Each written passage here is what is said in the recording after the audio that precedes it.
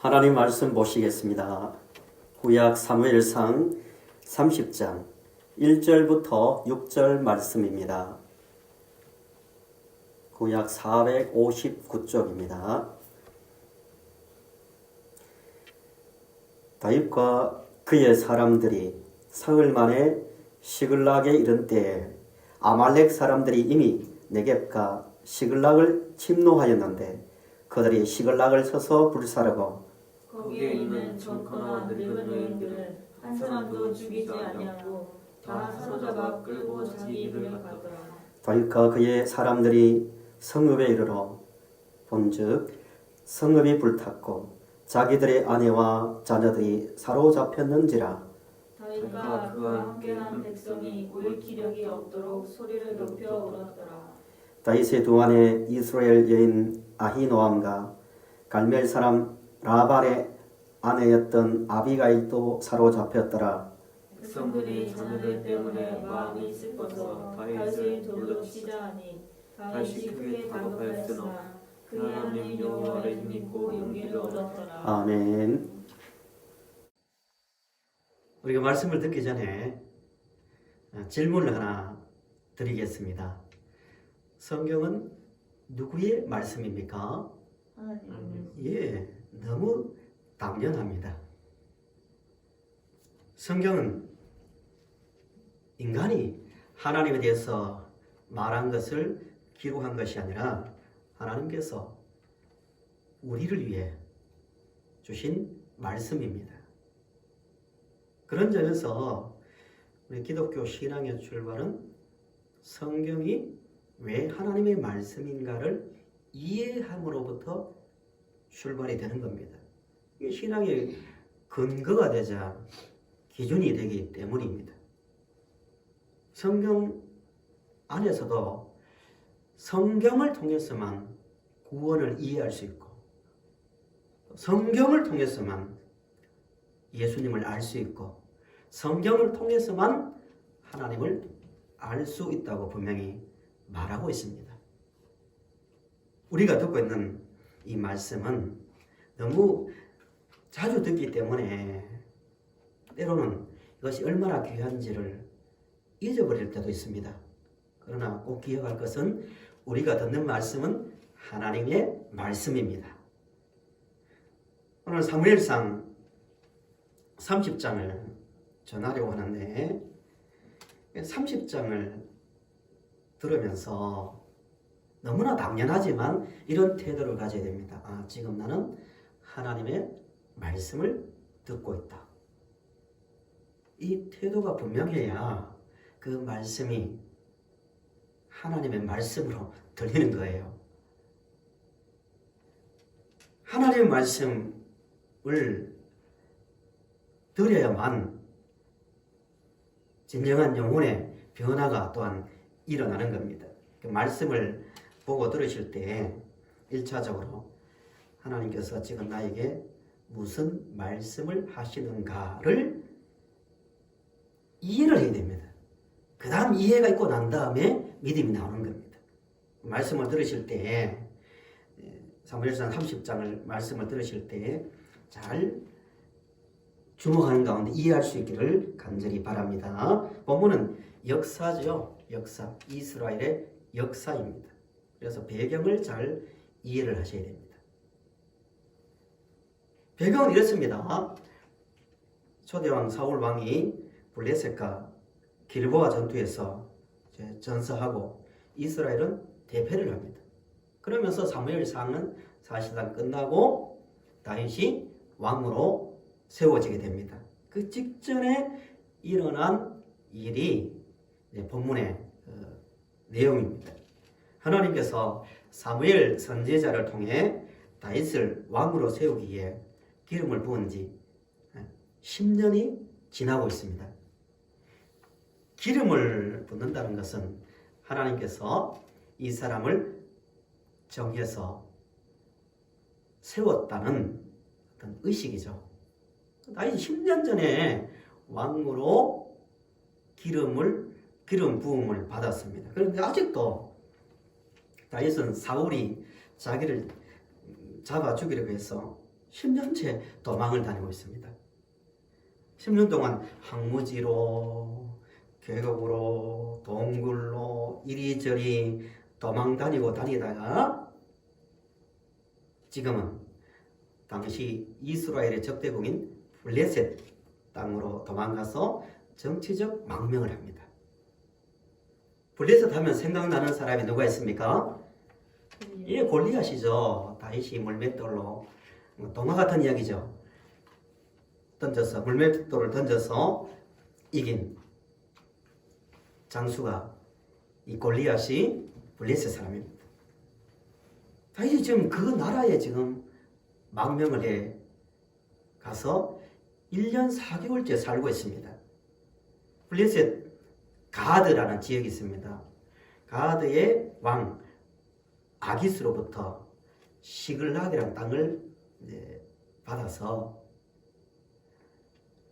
살고 있는데, 다윗과 함께한 정치적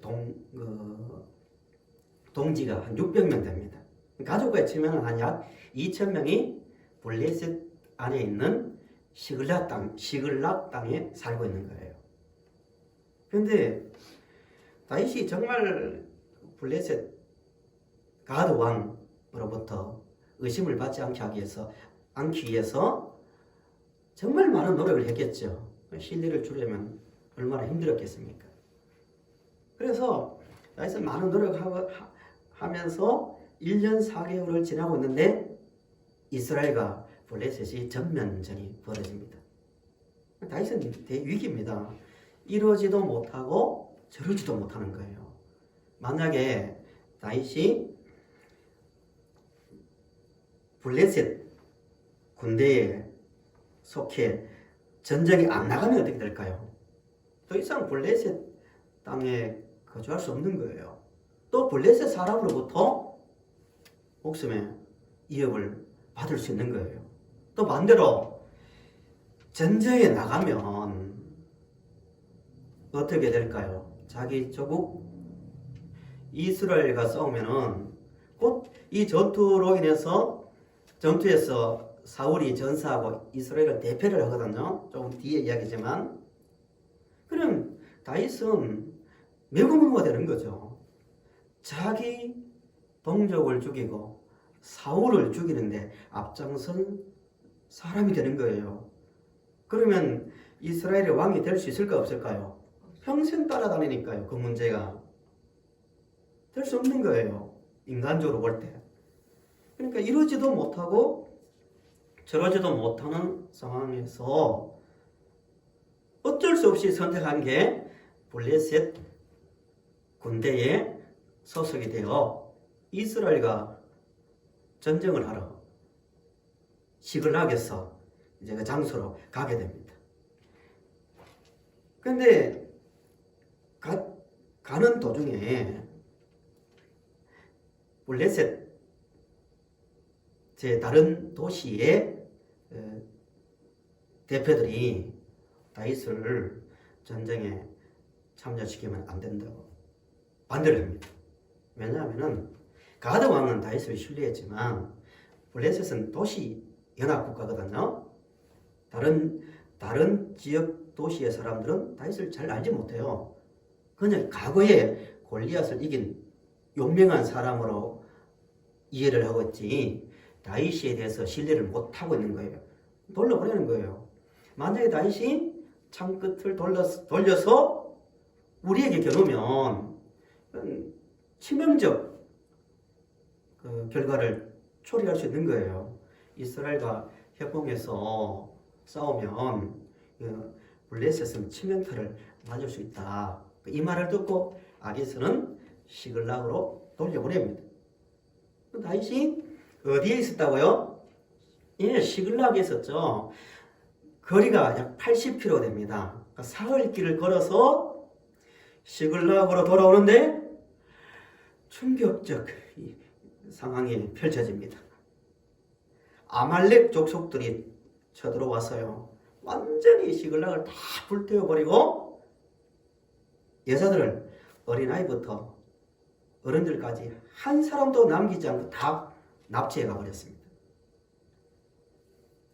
다윗이 블레셋과 함께 전쟁하러 간다고 무방비 상태로 시글락을 비웠거든요. 아말렉이 이때다 하면서 시글락에 들어온 거죠. 아말렉이 어떤 족속들이냐 하면은 광야를 그 지역을 낙타를 타고 떠돌아다니면서 약탈을 하면서 살아가는 사람들이에요. 그러니까 농사 다 지었을 때쯤 되면은 때로 몰려와서 싹 약탈해서 사라지는 거예요. 그 지금 다윗뿐만 아니라 함께하는 600명의 동지들의 가족들도 다 납치되어 가버렸고 또 어디에 있는지도 몰라요. 이 아말렉 족속들은 고정된 거주지가 없기 때문에 난감한 거예요. 얼마나 충격을 받았는지 4절 5절을 한번 보세요. 보면 4절 5절을 보면 이렇게 말하고 있습니다.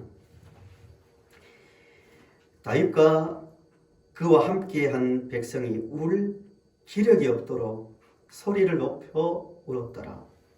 다윗의 두 아내 이스라엘 여인 아히노암과 갈멜 사람 나발의 아내였던 아비가일도 사로잡혔더라 라고 말합니다. 울다 얼마나 충격을 받았겠습니까? 이제는 자기 이스라엘 나라로 조국인 이스라엘 나라로 이스라엘로 갈 수도 없고 여기에 또 어렵게 기반을 닦고 있는데 다 불타버렸고 가족들은 잡혀서 어디에 가 있는지도 모릅니다. 울다가 울 기력이 없어가지고 절망하다가 분노가 일어나는 거예요. 이 모든 원인은 누구에게 있다? 다윗 때문이다. 모든 분노가 다윗에게 맞춰집니다. 다윗을 돌로 쳐 죽이자 이래. 다윗을 돌로 쳐 죽이자는 거예요. 다윗이 지금 급박한 상황입니다. 이제 다윗을 이해해 주는 사람이 아무도 없습니다. 6절을 한번 보세요. 6절. 우리 6절을 우리 같이 읽어 보실까요? 같이 시작. 백성들이 자녀들 때문에 마음을 슬퍼서 다윗을 돌로 치자니 다윗이 크게 다급하였으나 그의 하나님 여호와를 힘입고 용기를 얻었더라. 예, 다윗이 크게 다급하였다고 말합니다. 그런데 다윗은 인간적으로 도저히 어쩔 수 없는 극한 상황에서 원래의 모습을 회복합니다. 크게 다급하였으나 그의 하나님 여호와를 힘입고 어떻게 됐다고요? 용기를 얻었대요. 지금까지 다윗을 보면요, 자기를 끈질기게 암살단을 보내고 직접 창을 던져 죽이려 하는 사울을 죽일 기회가 몇 번이나 있었습니다. 무방비 상태의 사울을 만났을 때 다윗은 살려서 보냅니다. 왜 그런가 하면 다윗은 사울을 살려준 이유가 딱 한 가지였어요. 하나님께서 세우신 왕이다. 하나님의 처분에 맡긴다. 그러니까 철저하게 하나님의 뜻을 믿고 순종하며 행동했습니다. 인간적으로 생각하면 사울을 죽이면 자기 고생 끝나요. 그러나 하나님께서 분명 사울을 세우신 목적이 있다. 하나님에 대한 뜻에 대한 철저한 신뢰를 했던 사람이 다윗입니다. 그런데 블레셋으로 망명할 때는요, 자기 생각대로 행동했습니다. 다윗의 실수죠. 세상에 완전한 사람이 있습니까? 없습니까? 예, 다윗은 역시 사람이기 때문에 하나님을 신뢰하지 못하고 자기 생각대로 행동했습니다. 우리 27장 1절을 보세요. 다윗이 블레셋으로 망명한 내용이 나옵니다. 27장 1절 저 읽어보겠습니다. 다윗이 그 마음에 생각하기를 네가 후일에는 사울의 손에 붙잡히리니 블레셋 사람들의 땅으로 피하여 들어가는 것이 좋으리로다 라고 말하고 있습니다. 성경에요 이런 표현 나오면 부정적입니다. 대부분 마음에 생각하기를 뭐라고요? 마음에 생각하기를. 이 표현은 하나님의 뜻보다는 자기 생각대로 움직인다는 그런 어떤 관용적 표현에 가까운 말입니다. 자기 생각을 하는 거예요. 이전에는 아무리 힘들고 어려워도 하나님께서 나를 기름 부어 세웠다. 왕으로 아직 등극하진 않았지만 하나님을 신뢰하니까 항상 고난을 당해도 언젠가는 하나님께서 그 약속을 이루신다는 믿음이 있었습니다. 근데 너무 쫓기다가 순간적으로 여기 있다가 내가 죽겠다. 하나님을 신뢰하지 못한 거죠. 그래서 블레셋으로 망명을 한 겁니다. 그런 다윗이 하나님 앞에서 이전의 모습을 회복합니다. 회복한 증거가 여호와 하나님을 힘입어 뭘 얻었대요? 용기를 얻었대요. 질문합니다. 왜 다윗이 하나님을 생각하는데 용기가 생겼을까요? 말씀을 보실 때 이 부분을 스스로 질문을 던져야 됩니다. 그런 정말 인간적으로 감당할 수 없는 상황에서 하나님을 생각하는데 왜 용기가 생겼을까? 다윗은요, 하나님이 어떤 분인지를 알았기 때문입니다.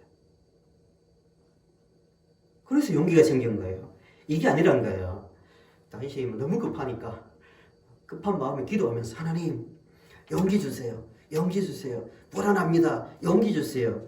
하나님께서 듣고 그래 용기 주겠다고 그런 감정을 넣어준 게 아니란 거예요. 또 하나님께서 다윗이 급하게 부르니까 걱정 마라. 너 아말렉의 손에 잡혀가 있는 모든 납치된 가족과 또 사람들을 다 찾아오고 물건도 다 찾아온다. 걱정하지 말라는 음성을 들었어도 또 아닙니다. 다윗은 극한 상황에서 하나님을 바라보는데 하나님이 누구신지를 생각한 거예요. 본문을 표현을 한번 보세요. 표현을 다시 6절을 한번 보세요. 6절 백성들이 자녀들 때문에 마음이 슬퍼서 다윗을 돌로 치자 하니 다윗이 크게 다급하였으나 뭐라고 말합니까? 그의 하나님 여호와를 힘입고 용기를 얻었더라 말합니다. 그럼 따라 하시겠습니다. 그의 하나님. 한 번 더요. 그의 하나님. 그냥 하나님 하면 되는데 그의 하나님. 여기서 그의 하나님은 그는 누굽니까? 다윗이죠. 다윗은 살아오면서 자기가 경험한 개인적으로 경험한 하나님이 있었다는 거예요. 그러니까 그의 하나님인 거예요. 자기가 경험해 오면서 하나님은 이런 분이셨지. 내가 잘못 생각했구나. 이렇게 되니까 하나님은 이런 분이야. 하나님의 이름을 생각하면서 그래서 용기를 얻은 겁니다. 마치 아브라함이 이삭을 바칠 때 기억나세요? 아브라함이 이삭을 바칠 때 이삭이 질문하죠. 아버지 제물은 어디 있습니까? 할 때 아브라함이 유명한 말을 하죠. 뭐라고 말합니까? 걱정 마라. 하나님께서 제물을 준비하시든지 준비 안 해서 너가 죽어도 하나님께서 너를 다시 살리신다라고 아브라함이 그렇게 말합니다. 그렇게 말할 수 있는 근거가 뭐였다고 했습니까? 하나님에 대한 신뢰입니다. 아브라함이 자기가 평생을 살아보니까 처음 하나님으로부터 부름을 받고 애굽에도 가보고 광야 생활도 해보고 여러 많은 경험을 하면서 내가 하나님의 약속을 지키지 못한다 할지라도 하나님은 약속을 지키시는 분이구나. 그 신뢰가 되니까요. 걱정 마라. 너를 통해서 구원자가 난다고 했으니까 그 약속을 보건 데는 절대 안 죽는다. 하나님의 신뢰예요. 다윗도 그렇다는 거예요. 다윗이 순간적으로 하나님의 그 은혜를 하나님을 잠시 믿지 못하고 망명했지만 그 상황에서 나에게 하나님, 과거를 돌아보면서 하나님이 어떤 분인지를 생각하니까 맞아. 내가 흔들릴지라도 내가 믿지 못하는 그 순간에도 하나님은 그 약속을 이루어 오신 분이야 라는 신뢰가 있으니까 용기가 생긴 거예요. 내가 지금 이 극한 상황에 있지만 틀림없이 한 가지는 안다 이거예요. 나는 뭘로 세워진다? 왕으로 세워진다는 거예요. 그 근거가 뭐예요? 하나님께서 나에게 뭘 하셨으니까? 구별하여 기름을 부으셨으니까 그 약속은 유효하다. 물론 성경에는 구체적으로 나와 있지 않지만 다윗은 그 하나님의 신실하신 하나님에 대한 믿음이 있었기 때문에 그 순간에도 용기를 얻을 수 있었다는 겁니다. 성도 여러분, 한 번 더 질문합니다. 성도님들은 지금 이 순간에 현재 삶의 현장에서 하나님을 생각하면 용기가 생깁니까? 왜 용기가 생기죠? 각자에게 각자가 경험한 나의 하나님. 시편에서 잘 표현되는 그 문장이죠. 나의 하나님, 나의 하나님.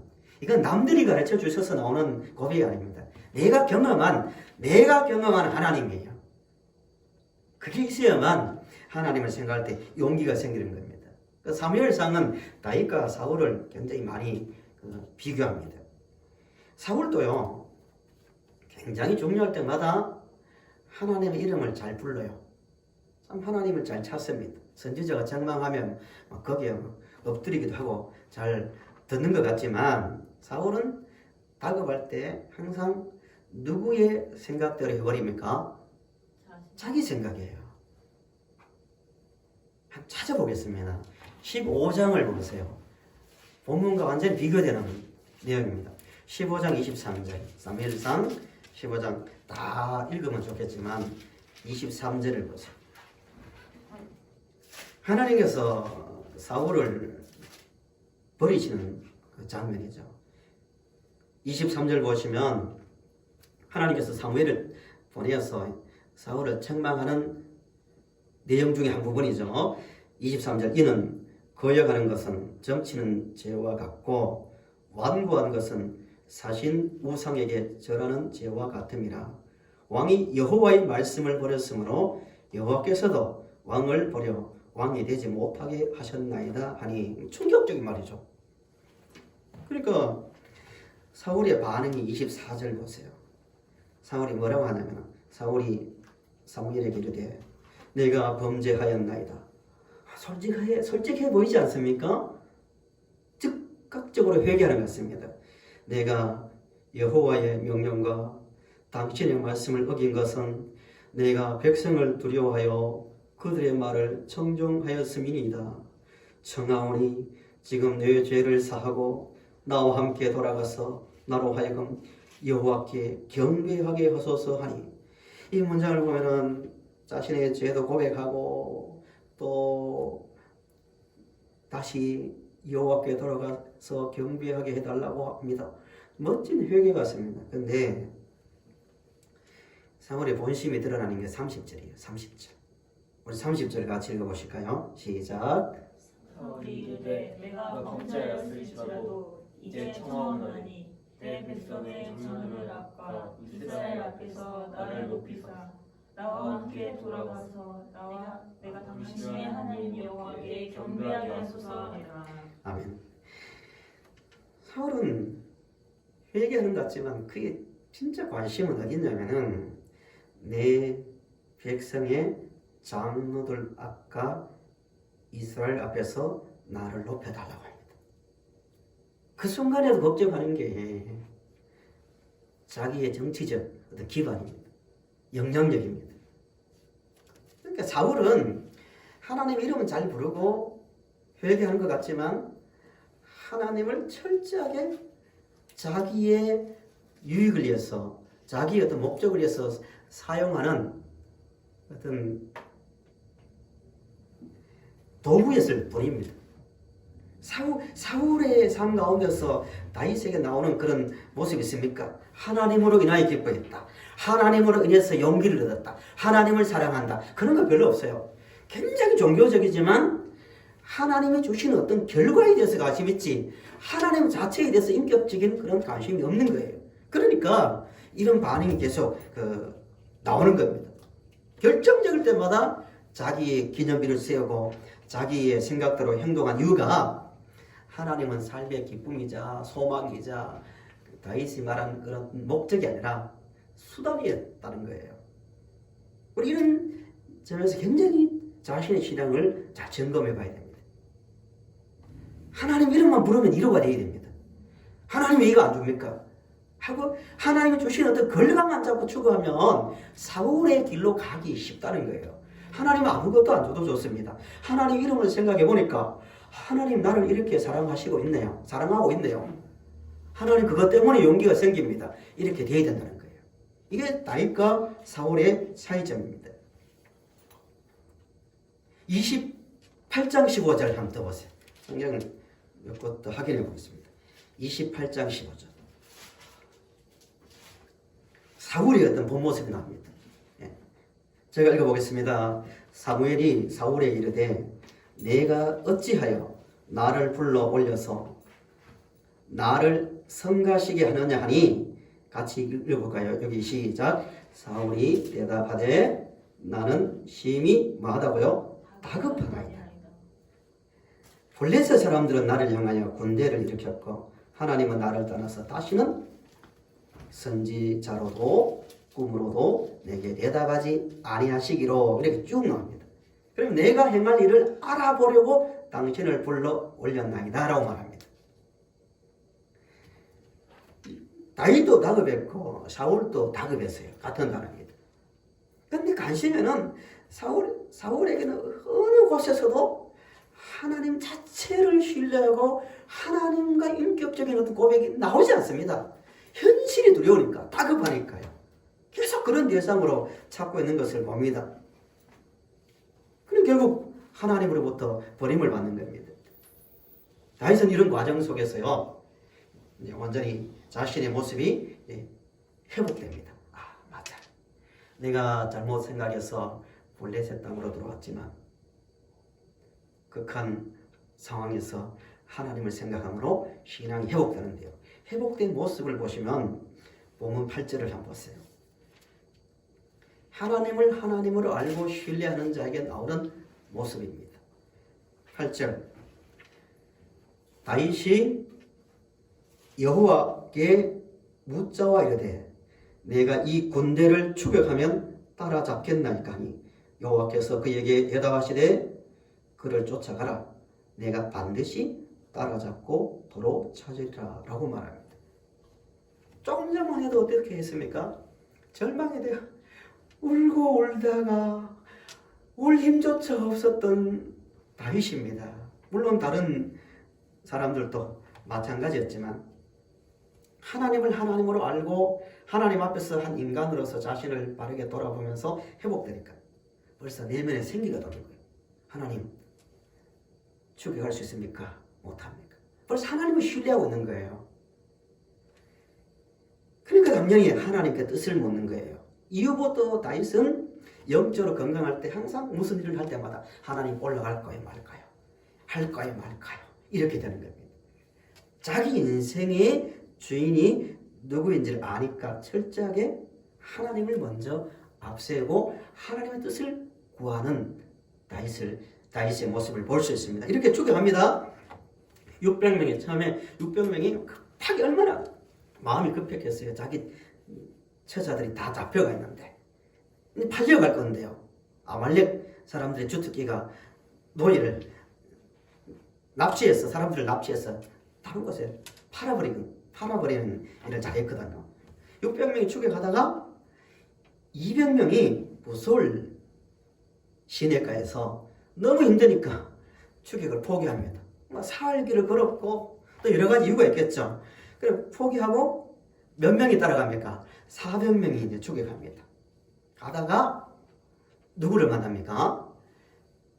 아말렉 사람 밑에서 일하다가 죽을 병에 걸려서 버려진 지 사흘 된 애굽 사람을 만납니다.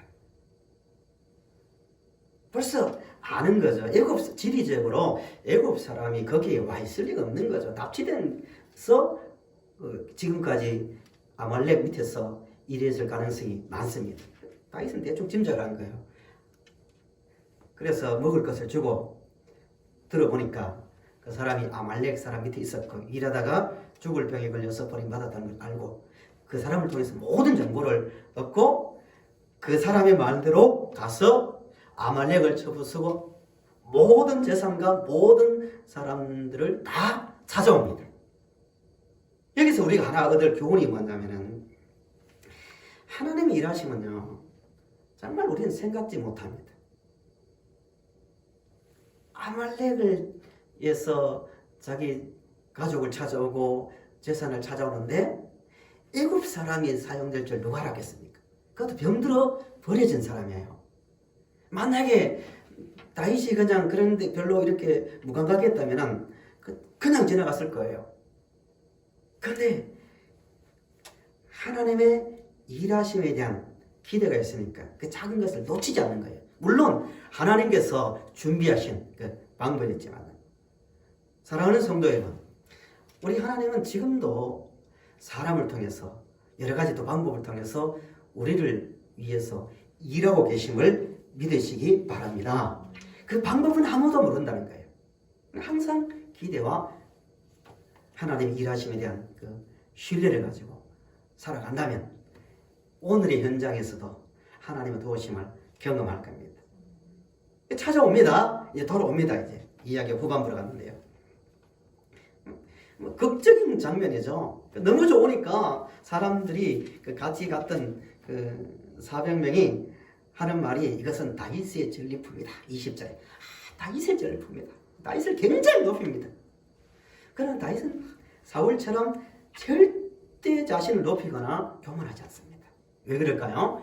하나님을 하나님으로 제대로 알고 의식하며 살고 있기 때문입니다. 그런데 문제가 발생하는 게 21절을 보세요. 21절을 보시면 이제 400명이 모든 전리품을 가지고 또 모든 납치되었던 가족들 다 찾아 돌아오는데 얼마나 정말 멋있는 장면입니까? 거기에 200명이 추격하다가 힘들어서 포기한 200명 기다리고 있다가 마중을 납니다. 돌아오던 400명이 뭐라고 말하죠? 22절을 보세요. 이렇게 말합니다. 다윗과 400명이 완전히 태도가 다릅니다. 22절 보시면 다윗과 함께 갔던 자들 가운데 악한 자와 불량배들이 다 이르되 그들이 우리와 함께 가지 아니하였은즉 우리가 도로 찾은 물건은 무엇이든지 그들에게 주지 말고 각자의 처자만 때리고 떠나가게 하라 하는지라 라고 이렇게 말합니다. 장면이 그려지시죠? 그 아말렉 사람들이 중에서 400명이 낙타를 타고 도망갔대요. 17절을 보시면 아말렉 사람들의 숫자가 어느 정도인지 대충 짐작해가지고 다 찾아올 정도로 일방적 승리였는데도 도망간 사람만 400명이에요. 낙타를 타고. 한 사람이 아쉬운 때에 200명이 빠졌으니까 400명이 하는 말이 이런 말이죠. 염치도 없이 목숨을 걸고 우리가 싸울 때는 빠져있다가 뭘 나눌 때는 염치 없이 여기 와서 받으려 왔냐 뭐 이런 식이죠.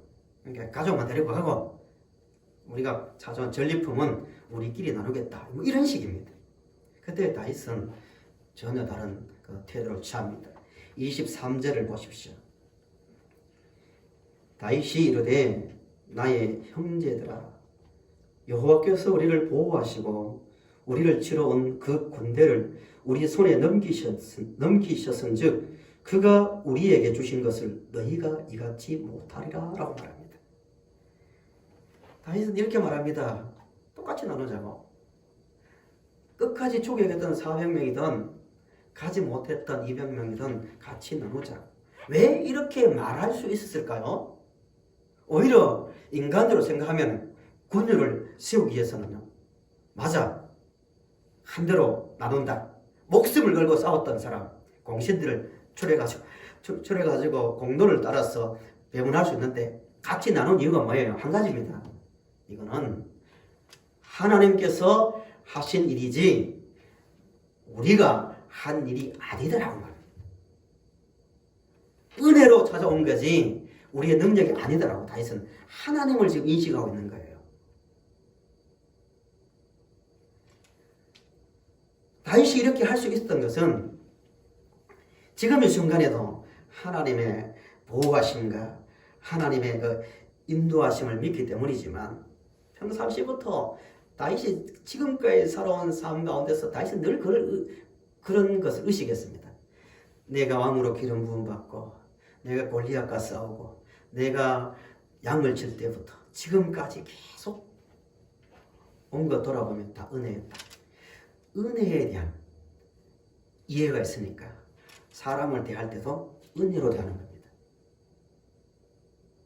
하나님께서 다윗을 통해서 세우시려던 왕국이 바로 이런 왕국입니다. 율법이 아닌 은혜로, 은혜를 아는 자를 통하여 은혜의 나라를 세우기를 원하시는 겁니다. 성도 여러분, 22절에서 23절을 보시면서 매일같이 만나는 사람들을 다윗처럼 은혜로 대합니까? 아니면 400명처럼 냉정하게 율법적 태도를 가지고 대합니까? 은혜로 대하지 못한다면 내가 하나님의 은혜를 얼마나 느끼고 누리고 있는지를 점검해 보셔야 합니다. 은혜를 받은 자만 은혜를 나눌 수 있는 겁니다. 우리가 한번 생각해 보세요. 전능하신 하나님, 모든 것을 아시는 하나님 앞에서 하나님의 은혜가 아니고는 우리가 정말 살 수 있을까요? 한순간도 살 수 없습니다. 하나님의 은혜가 있기 때문에 이 하루를 살 수 있는 것이고 지금까지 살아올 수 있는 거예요. 다윗은 그 은혜를 알고 있는 거예요. 교회가 이런 곳이 되어야 됩니다. 교회는 철저하게 하나님의 은혜로 모이는 곳이 교회 아닙니까? 은혜가 아니면 한 사람도 구원 못 받았잖아요. 은혜로 모인 곳이니까 당연히 서로를 바라보면 은혜의 눈으로 바라보는 건 당연한 거예요. 약한 자가 있어도 형제고 다윗이 형제들아 말하잖아요. 잘난 사람이 있어도 동일하게 형제입니다. 약한 사람 보아도 형제입니다. 왜? 은혜로 우리가 구원을 받았고 은혜로 모인 곳이 교회이기 때문입니다. 은혜가 있으면요 상대의 아픔이 보입니다. 전 이 장면을 보면서 200명이 이렇게 고개도 못 들고 마중 나왔을 때 400명은 염치도 없이 그런 날은 없지만 여기가 어디라고 이렇게 받으려고 나왔냐고 이렇게 볼 때 아마 다윗은 그들의 아픔을 보았을 거예요. 야, 오죽하면 남들도 아니고 자기 가족이 잡혀갔는데 추격할 수 있는 사람보다 추격하지 못하는 저들이 더 아팠을 거라고. 그 은혜가 있는 사람은 그런 게 보이는 겁니다. 은혜를 모르면 항상 겉만 보고 비판하지만 은혜를 아는 사람은 그 사람의 아픔과 약함을 보는 거예요. 왜? 자기도 아픔과 약함을 하나님의 은혜로 덮음을 받았기 때문입니다. 말씀을 정리합니다. 결국 이렇게 해서 다윗은 모든 것을 찾고 결국 얼마 지나지 않아서 이스라엘 왕으로 이제 세움받습니다. 두 가지 질문을 하면서 말씀을 정리합니다. 첫째입니다. 우리 자신은 지금 이 순간에 또 문제 속에서 하나님을 생각하면 용기가 생기는가 확인해야 됩니다. 하나님 이거 주세요, 저거 주세요. 이게 아니라 하나님만 생각하면 내 인생이 복받은 자로 느껴지고 하나님만 바라보면 내가 얼마나 하나님의 사랑을 받고 있는지를 알겠습니다. 그 믿음 안에서 용기가 생기니까. 두 번째는 이런 질문을 우리 더 깊이 봐야 됩니다. 하나님은 왜 다윗을 왕으로 그런 부어 세워놓고 10년이나 그런 피눈물 나는 고통스러운 도망자 생활을 하게 하셨을까? 생각해 보셨습니까? 이왕 세우면 되잖아요. 바로 아브라함을 바라볼 때도 같은 질문입니다. 하나님께서 이삭을 주기로 했으면 바로 주면 되지. 뭘 그렇게 수십 년을 기다리게 하고 힘들게 해서 주시는가? 왜 그럴까요? 오늘 우리도 마찬가지거든요. 우리는 하나님을 믿고 있는데 때로는 엄청난 기다림의 시간을 우리에게 주시고 아파서 고통스러워할 때도 하나님께서 응답하지 않으실 때가 많이 있습니다. 왜 그럴까요? 우리가 하나님을 믿고 알고 그 안에서 순종하는 삶을 살아간다는 것은요, 머리와 가슴으로만 되는 게 아닙니다. 실제 삶으로 하나님을 인정하고 살아내는 그 삶 가운데서 진정한 하나님을 알게 되고 그 안에서 순종이 나오는 겁니다. 시편의 다윗의 시를 보세요. 다윗이 표현한 나의 피난처, 나의 산성, 나의 목자, 나의 힘, 나의 방패, 다 어떤 단어들입니까? 삶의 현장에서 나온 단어들이에요. 모든 단어들이 그냥 안락한 집 안에서 나오는 단어가 아니라 쫓겨다닐 때 눈물을 흘리면서 들판에서 이슬을 맞으며 밤을 새면서 삶 가운데서 경험한 하나님이기 때문에 방패라는 단어, 피난처, 목자, 힘 이런 단어가 나오는 겁니다. 삶의 경험에서 나온 단어라는 겁니다. 아무리 다급하고 힘들어도 하나님을 알고 순종하며 살아가는 우리 모든 성도들이 되시길 바라고요. 그 순종 가운데서 다윗처럼 동일하게 하나님은 나에게 이런 분이다라고 이렇게 하셨다고 간증하는 많은 내용들이 생겨날 수 있기를 간절히 바랍니다.